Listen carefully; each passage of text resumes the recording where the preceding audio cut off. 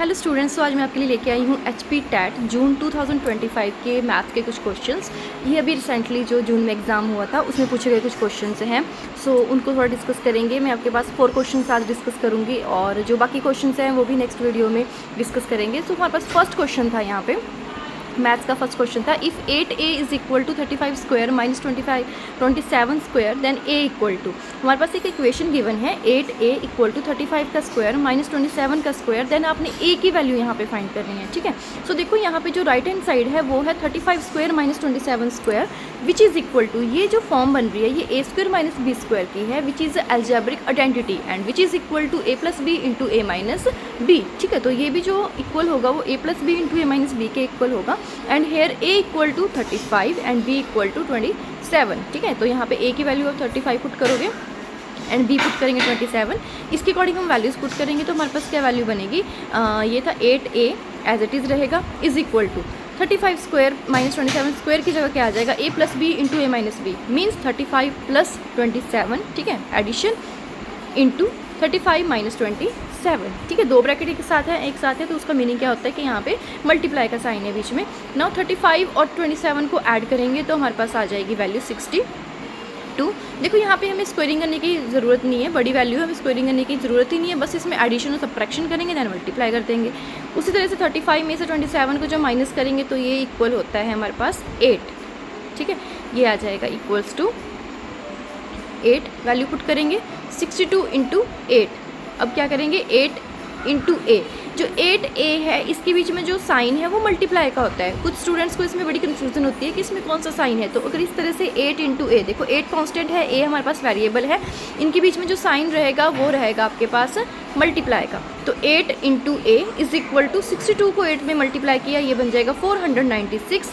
अब हमने a की वैल्यू निकालनी है तो a को हम जो है यहाँ पे वेरिएबल जो है सेपरेट कर देंगे और 8 जो है यहाँ पे मल्टीप्लाई में है, दूसरी साइड जाएगा तो ये डिवाइड हो जाएगा एंड वैल्यू क्या बनेगी 496 अपॉन 8 डिवाइड कर देंगे दोनों को, तो जो वैल्यू हमारे पास आएगी वो आएगी 62।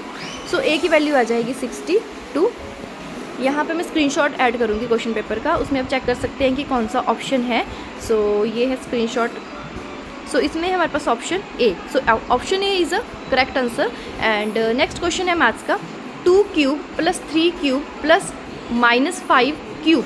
ठीक है, मतलब यहाँ पे हमारे पास 3 डिजिट्स हैं, उनके क्यूब दे रखे हैं तो वो फाइंड करना है हमने। नाउ वी नो दैट 2 का क्यूब का क्या मीनिंग है, क्योंकि 2 को आपने 3 टाइम मल्टीप्लाई करना है, 2 into 2 into 2 which is equal to 8। 3 cube का मीनिंग है 3 into 3 into 3 which is equal to 27 and minus 5 cube है, माइनस 5 क्यूब क्या हो जाएगा 125, साथ में माइनस का साइन है तो ये क्या हो जाएगा माइनस 125। ठीक है, minus 5 into minus 5 into minus 5 था, माइनस माइनस प्लस हो जाएगा बट फिर से प्लस माइनस माइनस हो जाएगा। ठीक है, तो आपने साइन भी मल्टीप्लाई करने हैं। कुछ स्टूडेंट्स जो है साइन को स्किप कर देते हैं, तो ये बिल्कुल नहीं करना है आपने, साइन भी मल्टीप्लाई होंगे एंड वैल्यू क्या बन जाएगी 8 प्लस 27 बन जाएगा 35 प्लस माइनस माइनस 125 हो जाएगा, मीन्स 35 माइनस 125 बन गई वैल्यू। अब आपने 125 में से 35 को माइनस किया, ये कितना आ जाएगा 90, और हमेशा प्लस माइनस माइनस होता है और साइन देखो बड़ी टर्म का रहेगा, सो माइनस 125 का साइन क्या था माइनस, और इसका आंसर आ जाएगा ऑप्शन बी।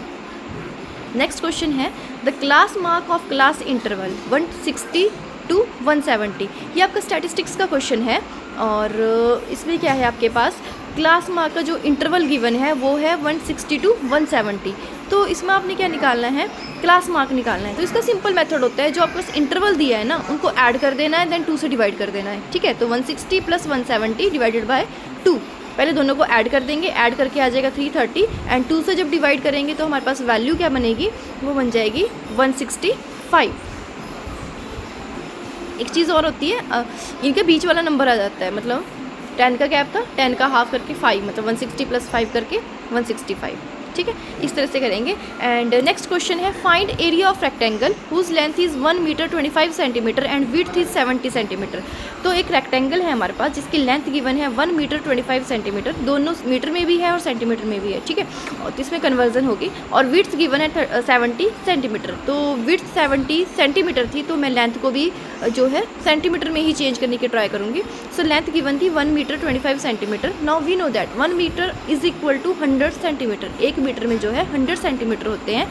तो यहाँ पे 1 मीटर की जो वैल्यू पुट कर देंगे हम, क्या करेंगे 100 सेंटीमीटर। ठीक है, तो लेंथ क्या बन जाएगी आपके पास 100 सेंटीमीटर प्लस आगे 25 भी था ना, तो प्लस ए ऐड हो जाएगा इसमें, प्लस 25 सेंटीमीटर, दोनों को ऐड कर देंगे, ये बन जाएगा 125 सेंटीमीटर। तो मीन्स जो हमारे पास फाइनल लेंथ बनी है वो कितनी बनी है सेंटीमीटर्स में, 125 centimetre.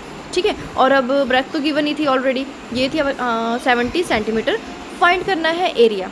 Now area of rectangle, rectangle जो होता है हमारे पास उसकी शेप ऐसी होती है कि जो उसमें ऑपोजिट साइड्स होती हैं वो इक्वल होती हैं। ठीक है, और तो उसका एरिया ऑफ रेक्टेंगल किसके इक्वल होता है, लेंथ मल्टीप्लाई ब्रेथ, मतलब दोनों को मल्टीप्लाई कर देना होता है। ये बन जाएगा 125 मल्टीप्लाई 70, एंड जब मल्टीप्लाई करेंगे तो हमारे पास वैल्यू बनेगी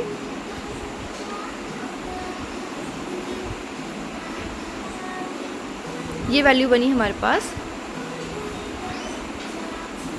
750, साथ में यहाँ पे 8 आ जाएगा, मतलब 8750 सेंटीमीटर स्क्वायर। अब देखो यहाँ पे जो पहले वाले यूनिट थे वो सेंटीमीटर ऐसे चल रहे थे, और जो इसके यूनिट आएंगे एरिया के वो सेंटीमीटर स्क्वायर आएंगे। एरिया के यूनिट हमेशा स्क्वायर में आते हैं। अब आप ऑप्शन में चेक कर सकते हैं, इस टाइप से कोई यूनिट नहीं है, मतलब आपके पास जो है यूनिट्स जो है वो किस में गिवन है, सॉरी वैल्यूज़ गिवन है मीटर में। तो हम क्या करेंगे, इसको वैल्यू को चेंज कर देंगे मीटर्स में। ठीक है, क्योंकि हमें क्वेश्चन के ऑप्शन के अकॉर्डिंग ही चलना पड़ेगा, तो ऑप्शन में सारी वैल्यू मीटर्स में थी, तो इसको भी चेंज करेंगे मीटर में।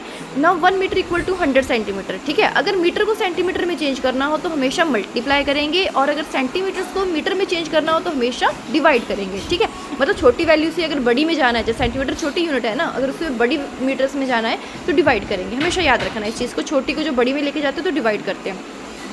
नाउ देखो 1 सेंटीमीटर तो 1/100 मीटर्स के इक्वल है। अगर सेंटीमीटर स्क्वायर में है ना, हमें स्क्वायर में तो पूरी वैल्यू का स्क्वायर हो जाएगा, 1/100 का स्क्वायर हो जाएगा, ये बन जाएगा 1/10,000 मीटर स्क्वायर। ठीक है, तो यहाँ पे देखो जो हमारे पास एरिया था वो 8750 था और सेंटीमीटर स्क्वायर था, तो सेंटीमीटर स्क्वायर की जगह क्या लग जाएगा 1/10,000 मीटर स्क्वायर।